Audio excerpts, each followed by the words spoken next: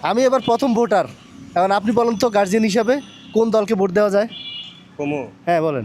আবার মারবেন মুরবেন না তো? না মারবো কেন? আমি তো আবার ডরে এগুনি রে। না না সমস্যা না, কিসে মারামারি? এই যে এটা ভোট দিবেন, এটাই হ্যাঁ যদি ভালো চাও। কেন, মানে একটু বলবেন বিস্তারিত। চলো আচ্ছা বলেন। আপনি দেখেন তো জামাত শিবিরের কোনো লোক একটা চান্দা, হ্যাঁ ঠিক আছে, হ্যাঁ হ্যাঁ কোনো লোক একটা চান্দা মান্দা বা কোনো হ্যাঁ। কিছু লিসি কিনা দেখাইতে পারবেন? পারবেন। আচ্ছা হুম হাসিনা আসলে কয় বছর? 17 বছর হ্যাঁ না?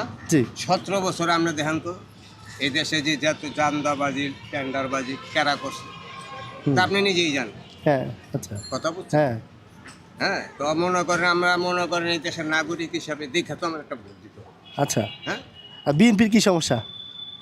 বিএনপির কোনো সমস্যা নেই, সমস্যা তো বুঝতেই পারছেন কি সমস্যা।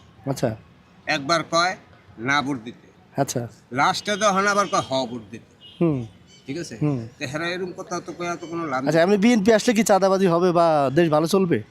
বিএনপি তো নাই দিয়ে চাঁদাবাজি শুরু হয়ে গেছে, আচ্ছা নাইতেই তো হইছে। আর যদি ক্ষমতা আহে হ্যাঁ তো কি করবো আপনারা বুঝেন, নাইতেই হ্যাঁ এই মনে করেন অন্য কোনো দলের লোক দেখছেন একমাত্র হেরাই এই আচ্ছা। সমস্ত কাজ করে।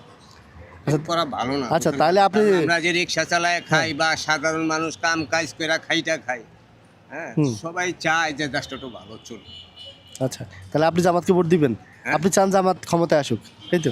আমি চাই, হ্যাঁ। আচ্ছা ঠিক আছে, আচ্ছা আসসালামু আলাইকুম। আচ্ছা দাদা।